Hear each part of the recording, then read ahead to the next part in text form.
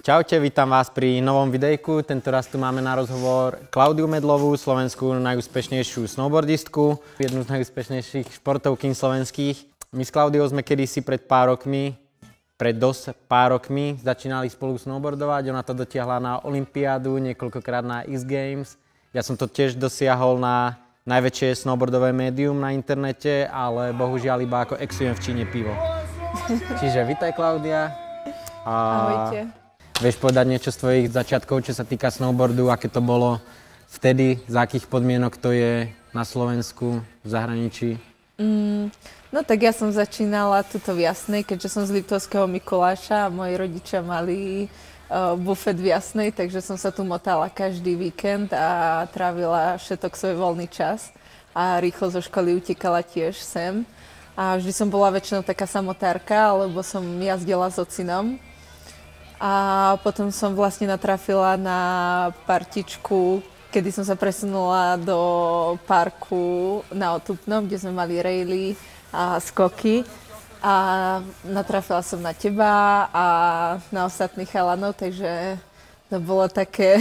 Hej, ja si vtedy Klaudiu pamätám, ona bola úplne taká malička, mala takú obrovskú hlavu. To som jazdila, to mi ocino kúpil prilbu. Vlastne, na čo to bola? Na BMX, myslím? Taká s tým predkom na motorku a Slipknot mikinu. To som bola riadna pankáčka. To som aj, nechcem povedať, ale preskakovala turnikety stále, alebo to bolo vtedy také... Dobré časy to boli, no. Vždy chlapi išli na jedno ku mamine do bufetu a potom som išla do parku a vlastne sa ma potom chytil, ty keď si ma videl, že na tých skokoch som sa zabíjala skoro. Keď som videl jej zúfale pokusy, ako prelieta celý dopadáš niekde na rovinu a strašne sa tam rozbíja. Mne to bolo jedno vtedy, spud seba zachoví žiaden. A potom som sa pokúšala aj na railoch a si pamätám, že raz som mala taký voľaký pád, že som chytila prednú hranu nosom, ale našťastie som mala tú prilbu, takže mi zachránila celú tvár, zuby, všetko, celý chrúb. A to bol mliečný chrúb ešte, či? Nie? No a potom si vlastne ty mi pomáhal. Spamätám, že to som musela za deň jeden trik dať 200 krát. Hej, taký prísny som bol. Áno, taký prísny. Je snowboarding šport pre bohatých? Tá výbava, myslím, že je drahá, určite aj tie lístky, všetko. Určite. Momentálne je to hlavne pre bohatých, ak chce niečo ten jazdec dosiahnuť, lebo tam sa s nimi rodičia sťahujú do stredisk, kde tie snowparky boli najlepšie, alebo napríklad ten, čo vyhral olympiádu, momentálne 17-ročný Red Gerard z Colorado, tak ten má vlastný park za domom postavený. Takže a ty máš čo za domom? Ja za domom, že keď čo mám za ktorým domom, ja nemám domov. Že ty nemáš ani domov, hej? Ako to funguje v tom ženskom snowboardingu? Sa javíte tak, že snowboarding je taký šport, kde tí ľudia sú priateľskí?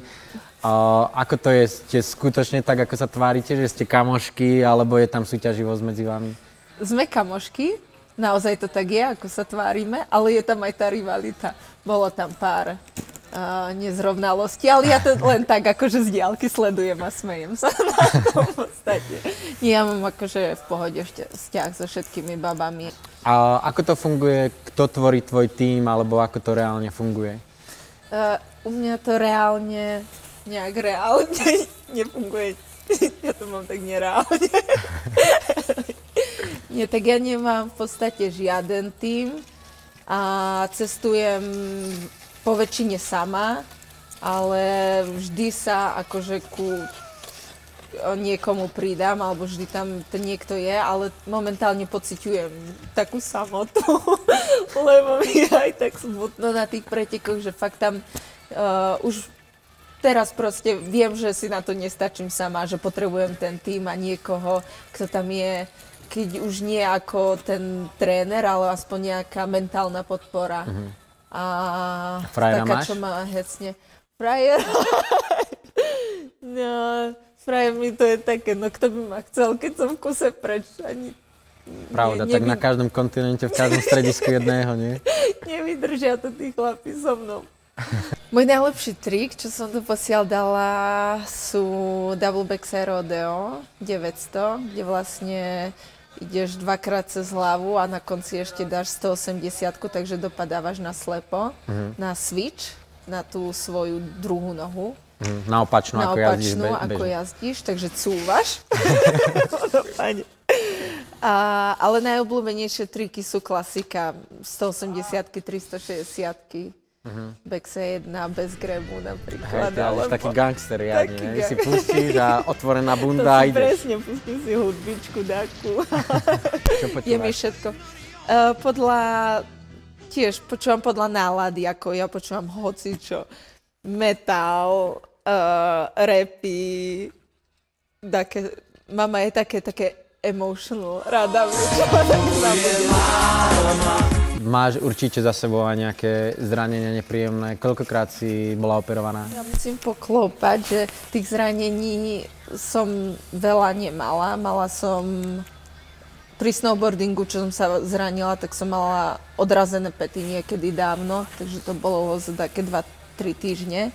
Kolena som mala operované 4-krát, každé 2-krát, ale to nebolo zo snowboardingu. Ja tým, že som robila aj gymnastiku od 4 rokov, a do toho som potom začala jazdiť. Neviem, vlastne pred olympiádou rok som si natrhla meniskus, takže to bol taký jediné snowboardové zranenie, čo som v podstate mala.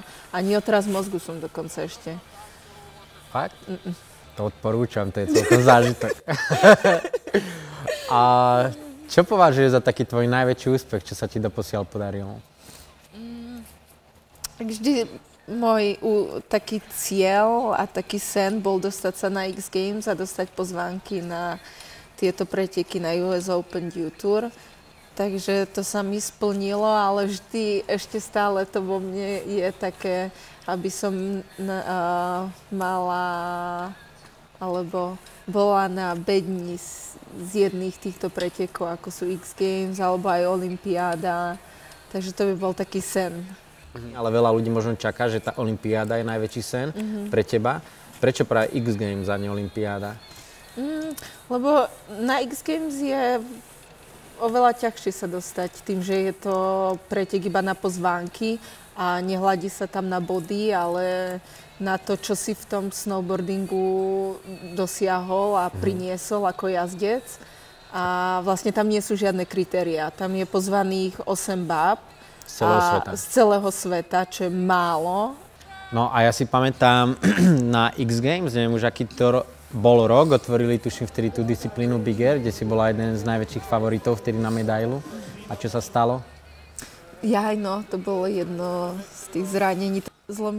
Nie zlomila rebro, s chrupavkou som si niečo urobila, takže mi vyskočilo ako keby rebro trošku vonku, alebo tak mi tak klikalo. No ty si vtedy vlastne ešte v tréningu si jazdila triky, s ktorými by si sa pravdepodobne určite na bedňu, že možno aj na tú zlatú medailu dostala, ale v podstate ahojte. Ahojte. Čiže v tréningu si jazdila všetky tieto triky, odchádzala si to a potom vo finále bola nešťastný pád, že?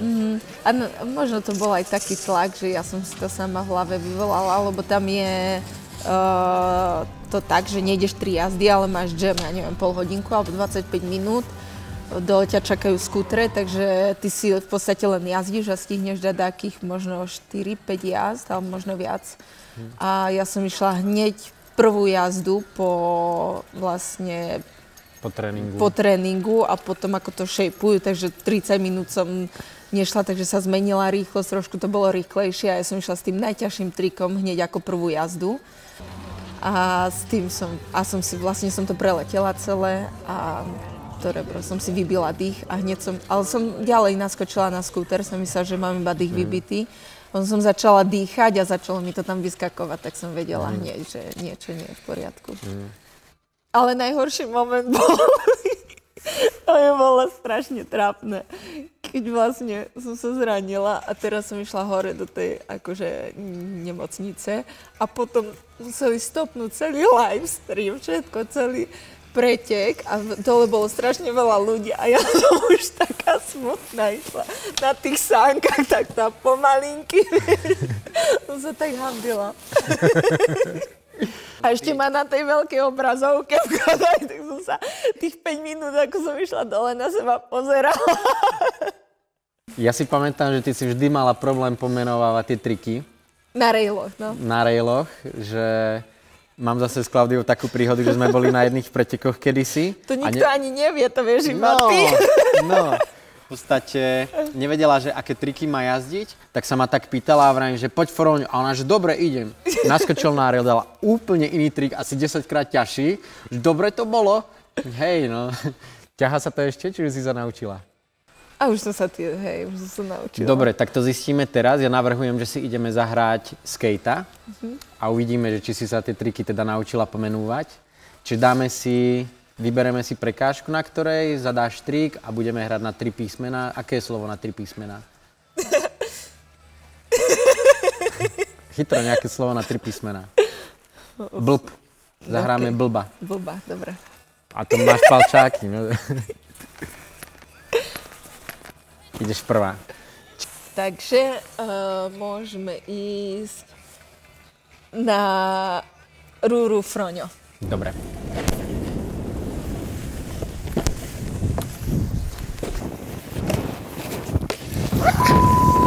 OK, takže 50-50 do lip slideu.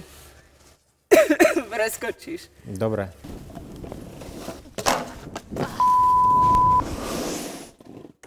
A odtiaľto sa to vôbec nezdá ďaleko, ale keď si už na tej rúre. Zadávam ja teraz. Pôjdeme frontside 1 do tejto, hej? Hej.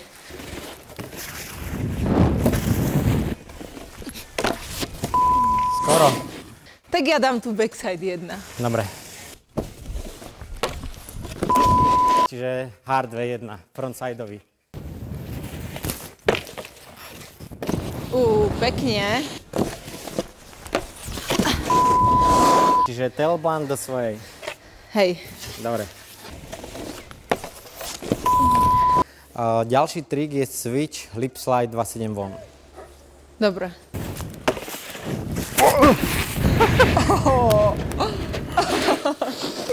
Bola tesnotka, ale dal si. Ja som to dal, ale ja mňa to... To sa ráta. Ale drhne, nie? No, tebe nedrhne? No práve to sa mi stalo. Ja som sa nachystal na tých 27 von a ma to zrazu zadrhlo. Sa bojím. Nebudeme sa oštiepkať. Mami. Čiže bol to strašný súboj, ale keďže nerad prehrávam, na záver som pritlačil a Klaudiu som porazil. A pokračujeme teda v rozhovore. A čo robíš pre svoj žiarivý úsmev? Ako si ho dosiahla? Akú pastu používaš? Nie, niekedy si ani neumiem zuby. Ty vieš, aký ja som špinavec. Ale nie, veď normálne klasiky. Je to dar od Boha. Je to... Hej. Pred pár rokmi, ako vzniklo jedno videjko, tvoj videoprofil, tak si vyhrala jedno ocenenie. Čo to bolo? Za to videjko vlastne ďakujem aj tebe. Si mi ho zostrihal ty a točili sme spolu. A bolo to, vyhrala som... Hej, som ťa musel ťahať z kaviček jazdiť vtedy. Už 2 jazdy som dala na kávu. Ja to neviem, už si nepamätám, čo to bola za situácia. No to každý deň bola taká situácia. Hej, to sa muselo ísť volať Itnovi a tak. Taká bola situácia. No poď, čo to bolo za ocenenie? To bolo ocenenie Rookie of the Year a to bolo tiež také faux pas, lebo to je najväčšia vlastne najväčšia udalosť snowboardingu, kedy sa odovzdávajú ocenenia. Čiže niečo ako filmový Oscar. Áno, jazdec roka, najlepší videoprofil a najlepší rookies of the year nováčik. A tak, nováčik. Takže som vyhrala toho nováčika a to ešte vedľa mňa to, co tam aj tak gala, musíš oblízať to. Ja som išla v rifle a v tričku. Vravím, že mám ísť aj hore. Za časmi a to nemáš ani nič pripravené, čo povieš. No ja som tam vyšla a samozrejme všetci to ešte ťažšie rozprávajú pred celou snowboardovou scénou. Tak tam všetky tie legendy snowboardové všetky legendy boli. A moja angličtina vtedy, no to bolo hrozné, takže som sa... A ešte toto možno tak zachránilo, že im to prišlo ešte ako také milé. No hambila som sa, zamotala som sa úplne, no ale tak nakoniec som... Nakoniec to bolo milé. Nakoniec to bolo, hej, milé. ako sme to uhrali. Kde sa najlepšie cítiš, čo je tvoje najobľúbenejšie stredisko? Najlepšie, taký môj druhý domov je vlastne to Colorado. To je Breckenridge? Breckenridge, Keystone, ale Breckenridge mám najradšej, pretože tam chodím naozaj od toho, ešte kedysi dávno som začínala jazdiť, tak som sa pridala vždy ku Čechom, oni si ma tak adoptovali, takže k ním som, s nimi som jazdila a chodili sme tam, vlastne od roku 2010 som tam každý rok a mám tam už aj svojich kamarátov a je to také, no, keď tam prídem, že mám taký pocit, že som niekde, kde to poznám a strávila som tam asi najviac toho času zo všetkých stredísk. Pri tom jazdení precestuješ aj veľa tých krajín a keď nerátaš teraz ten snowboarding, ale čisto krajinu, kde sa ti páčilo najviac? Nový Zéland. Nový Zéland? Prečo? Teraz som si to tak v lete uvedomila, že mám rada taký kľud a kde to ešte nie je, kde to je také čisté. A tam to je ešte také tej Vanake, kde bývame, je to tam také čisté naozaj, tá príroda dookola, tie hory. Není to zrúbané celé. Není to zrúbané celé, takže ešte sa tam chodí hore vlastne do strediska po takej prašnej ceste, takže aj to sa mi tak ráta. No. Mala si niekedy chuť sa na celý ten snowboarding vykašľať a robiť niečo úplne iné? Mala som kadejaké stavy. Ale nikdy som sa nechcela na snowboarding ako taký vyprdnúť. Chcela som sa vyprdnúť skôr na tie preteky. A tak som tak rozmýšľala, že kašlem na tie preteky, budem, ja neviem, s chalanmi natáčať, alebo s babami nejaký videoprojekt vymyslíme, alebo pôjdeme jazdiť naozaj prašaný do Japonska. A tých bab, ktoré vlastne ešte taký backcountry edit vydali, nejaký riadne dobrý, tak zatiaľ ich, alebo ešte žiadna vlastne taký nejaký namakaný, nie? Teraz bude Anna Gasser pozerať a už o týždeň bude hotový. Snowboardingu som sa nechcela vzdať nikdy, ani sa nikdy nevzdám, ale skôr naozaj tých pretekov a toho pretekania tých svetových pohárov a olympiády. Naozaj to robiť preto, že ma to riadne baví a robiť to najlepšie, ako viem. Jasno, lebo na tých pretekoch dávaš iba naučené triky, ktoré musíš dať, ale keď jazdíš nejakú session alebo tak točíte, tak vlastne tam si dala triky ako prvá žena na svete, to double backside rodeo a frontside double 10 čak tiež. Čo vlastne ešte double backside rodeo si doteraz dala ako jediná na svete, však, že ne? Ešte to nedávali to ešte. Dobre, čiže ďakujem za takého úžasného hostia a komu to bolo? Neviem. Čiže ďakujem za takého úžasného hostia a ak sa vám videjko páčilo, nezabudnite dať odber na tento kanál, like a koment, koho by ste chceli vidieť na budúce. Čiže ďakujem ti, Klaudia, že si našla čas. Ďakujem. A prajem všetko dobré do nového roku. Aj vám prajem.